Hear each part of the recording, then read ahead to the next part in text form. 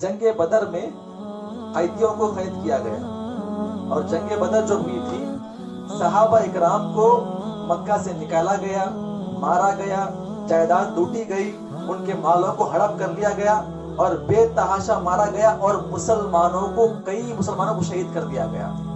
اور صحابہ اکرام اتنی تکالیف برداشت کرنے کے بعد مدینہ آئے تو یہ لوگ مدینہ میں بھی حملہ کرنے کے لیے آئے. جنگ ختم ہو گئی اور ان کو باندھ دیا گیا 70 لوگوں کو. ان میں سے ایک صحابی بھی ہے جو ابھی اسلام قبول نہیں کیے تھے. نبی پاک نے اعلان کیا کہ دیکھو یہ آپ کے قیدی ہے، لہذا ان کی دیکھ بھال کرنا. کون ہے یہ؟ جانی دشمن، مارنے والے، مکہ سے نکالنے والے، ان کی جائیداد کو ہڑپ کرنے والے. اللہ کے نبی کہتے ہیں کہ اے میرے صحابیوں، جب ان کی جان آپ کے ہاتھ میں آ چکی ہے انہیں تکلیف نہ دو، ان کے ساتھ حسن سلوک کرو. گرمی کا موسم، چلچلاتی ہوئی دھوپ، نبی کا اعلان سننا تھا. صحابہ کرام نقل کرتے ہیں اور خود وہی قیدی بیان کرتے ہیں جن کا نام سہیل بن عمر تھا. وہ کہتے ہیں جیسے نبی نے اعلان کیا قافلے در قافلے نکلنے لگے، صحابہ کرام نے جانی دشمنوں کو اعلان سنتے ہی اپنے کپڑوں کو نکال کر ان کو پہنا دیا. اور کیجئے میرے بھائیوں، جانی دشمن، جائیداد کو ہڑپ کرنے والے، گرمی لگ رہی ہے، نبی کا اعلان تھا ان کی دیکھ بھال کیا جائے، خود بھوکے رہنا ان کو کھلانا آپ کو ہوگا. جیسے اعلان سننا تھا اپنی چادروں کو نکال کر اپنے جانی دشمنوں کو پہنا دیا، ان کو باندھ کر ان کو سواری پہ بٹھا دیا گیا اور خود پیدل یہ صحابہ کرام چل رہے ہیں. اور ایک ایسا منظر اس صحابی رسول نے نقل کیا اسلام قبول کرنے سے پہلے، جو واقعہ بیان کرتے ہیں.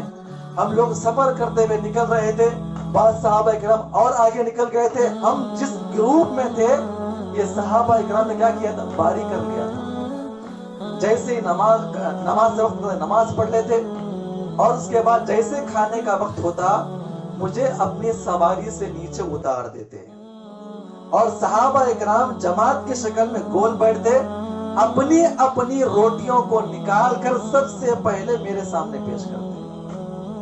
جب میں مکمل کھانے کے بعد سیریاب ہوتا تو اس کے بعد وہ کھاتے. ایسے ہی ہم لوگ سفر کرتے ہوئے نکل گئے، آخر میں ایک روٹی بچتی ہے، اتار کے بٹھا دیا گیا. مجھے معلوم تھا کھانا ختم ہو چکا ہے اور کس کے سامنے پیش کر رہے ہیں؟ کھانا. اور کیجئے میرے بھائیوں، ایک روٹی بچی ہوئی ہے. صحابی کہتے ہیں مجھے بھوک نہیں ہے آپ کھا لو. پھر وہ صحابی کہتے ہیں مجھے بھوک نہیں ہے آپ کھا لو. اس کے بعد قیدی کے سامنے رکھا گیا. قیدی بھی کہتے ہیں مجھے شرم آ گئی کہ اتنا سلوک کرنے والے یہ صحابہ اکرام، ہم ان کی جان مارنے کے لیے آئے تھے.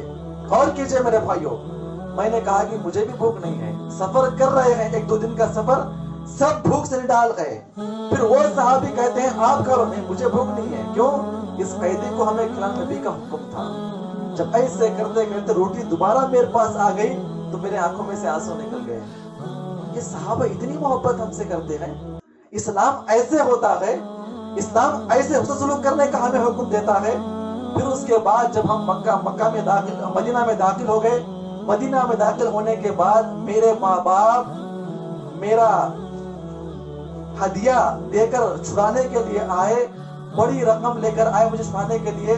جب اس رقم کو نبی کے پاس پیش کیا گیا تو میں نے اعلان کیا اے ہمارے ماں باپ، آپ اپنے اپنے گھر چلے جائیں، جو آپ نے مال پیش کیا ہے میں اس مال کو نبی کے خدمت میں رکھتا ہوں. اشہد ان لا الہ الا اللہ، اشہد ان محمد رسول اللہ. جانی دشمن، حسن سلوک، محبت، معاف کرنے کا انداز دیکھ لیا تو آنکھوں سے آنسو بھی نکل گئے اور حسن سلوک دیکھ کر انہوں نے اسلام کو قبول کر لیا.